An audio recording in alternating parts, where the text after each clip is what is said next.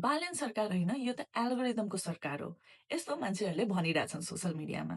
र म चाहिँ यसमा अग्री छैन। मलाई त्यस्तो हो जस्तो लाग्दैन र त्यसको 3 वटा कारण छन्, जसको बारेमा आज हामी कुरा गर्नेछौँ। सबैभन्दा पहिलो कारण होइन, इलेक्सनको टाइममा मेरो पर्सनली चाहिँ फिडमा सबैभन्दा बढी भिडियो कसैको आयो भने त्यो कांग्रेसकै हो र त्यसमा पनि गगन थापाको सबैभन्दा बढी। र हामीले रिपोर्ट्सको पनि मान्ने हो भने कांग्रेसले नै सबैभन्दा बढी पैसा सोसल मिडियामा खन्याएको पनि हो अरे। इन द्याट केस कांग्रेस जित्नुपर्ने होइन र गगन थापा जित्नुपर्ने होइन र। सेकेन्ड पोइन्ट, कर्णालीमा रासोपा नजित्नुको कारण त्यहाँ इन्टरनेट पुगेको छैन भनेर मान्छेहरूले भनिरहेछन्। तर हामीले इफ डेटा हेर्ने हो भने लास्ट इलेक्सनमा चाहिँ 54% people had access to internet र यो इलेक्सनमा 56% people had access to the internet. र लास्ट इलेक्सनमा चाहिँ कांग्रेसले 89 वटा सिट ल्याएको थियो र रासोपाले 20 to 21 सिट मात्र सिट लिएर आएको थियो। त्यसो भए के रासोपाले त्यति बेला सोसल मिडिया ह्याक गर्न सक्थेन, एल्गोरिदम ह्याक गर्न सक्थेन?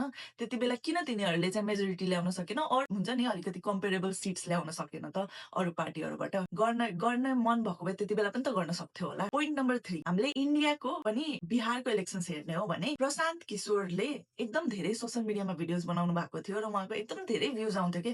पडकास्टहरू, रिल्सहरू सबै हेर्ने भने मिलियन्स क्रस गर्थ्यो उहाँको भिडियोजहरूमाथि। तर रिजल्ट के भयो? पोलिटिकल एनालिस्टहरूले पनि भनेको थिए कि प्रशान्त किशोरको वेभ छ, मान्छेहरूले सायद भोट गर्छ होला र उहाँ जित्न सक्ने पनि चान्सेस छ भनेर। तर at the end of the day के भयो? 0 सिट, एउटा पनि सिट आएन क्या उहाँको। सो यसले देखाउँछ, यो 3टा पोइन्टले मलाई के लाग्छ भने मान्छेहरूको मुड चेन्ज हुने हो क्या। मान्छेहरूले एकदम दिक्क लागेर हुन सक्छ अरू के जेसुकै होस् उनीहरूको होइन, त्यो कारणहरूले उनीहरूले गएर भोट चेन्ज गर्छन् आफ्नो र भोट अरूलाई दिन्छन्। सोसल मिडिया मलाई लाग्छ एउटा तरिका मात्र हो मार्केटिङ गर्ने। पहिला अरू तरिका थिए मार्केटिङ गर्ने, अहिले social media has become the main channel of marketing. यो मार्केटिङ गर्ने तरिकाहरू ओभर द इयर्स चेन्ज हुँदै जान्छ as technology advances. I don't think कि यहाँ सोसल मिडिया एल्गोरिदमले नै हो सबै कुरा जिताइदिएको। तपाईँलाई के लाग्छ, यो मान्छेहरूको मुड हो कि एल्गोरिदमको जादु हो?